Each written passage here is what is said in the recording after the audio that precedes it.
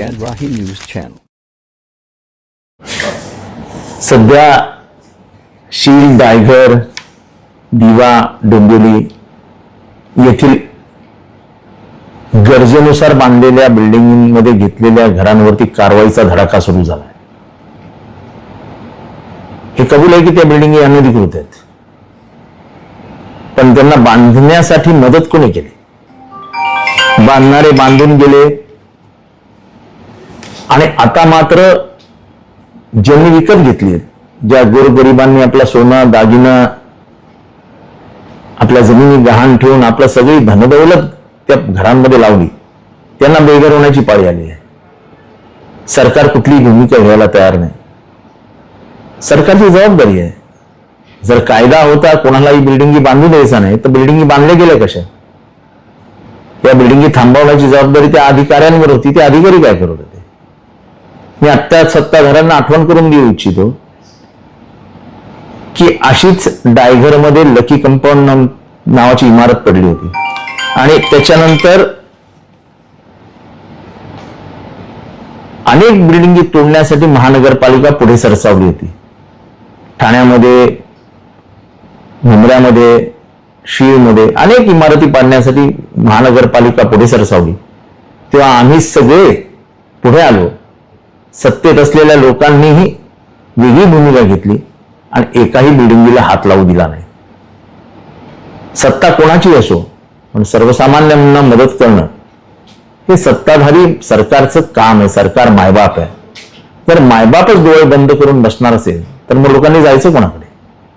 आज आश्वासन दिलं जाते काय होणार नाही, काय होणार नाही, पण होताना तर सगळंच दिसतंय. त्यामुळे हे कोणावर दोष किंवा बोट नाही ठेवायचे. मला कोणाला दोषी ठरवायचं नाही, पण सरकारने याच्यात भूमिका घ्यायला हवी. आमची मागणी आहे. डोंबिवलीमध्ये 62 बिल्डिंगी आहेत, दिव्यामध्ये बिल्डिंगी आहेत, शीळ, दिवा, डायघर या परिसरामध्ये बिल्डिंगी आहेत. या सगळ्यांवरती कारवाईचा बडगा आहे. लोक रस्त्यावरती येऊन बसलेली आहेत. तहानलेली, भुकेली जनता रस्त्यावर आलेली आहे. हे काही चांगलं नाही आहे आणि त्यामुळे सरकारने भूमिका घेऊन या बिल्डिंगींना क्लस्टर खाली घ्यावं. 2025 ची मर्यादा ठेवावी आणि कमीत कमी आता तरी सरकारचे डोळे उघडावेत. आम्ही विधानसभेत हा प्रश्न मांडून कंटाळलो की अनधिकृत बांधकाम होतं, तर ह्या अनधिकृत बांधकामाला जबाबदार कोण आहे? त्यांच्यावर कधी कारवाई होणार? त्यांच्यावर कारवाई नाही, पण ज्यांनी घरं विकत घेतली त्यांना काय माहिती आहे अधिकृत आहेत का अनधिकृत? सगळे अशिक्षित लोकांनी ही घरं घेतलेली आहेत, ज्यांना कायद्याचं ज्ञान नाही. आज त्यांचा पूर्ण घरसंसार उघड्यावर आलाय. सरकारने दयाळू, मायाळू बनावं, सरकारने मायबाप बनावं आणि ही घरं वाचवावी, एवढीच त्यांना विनम्र विनंती आहे. मंत्री तर नगरविकास मंत्री माननीय एकनाथ शिंदे हे तसे दयाळू, मायाळू म्हणून ओळखले जातात.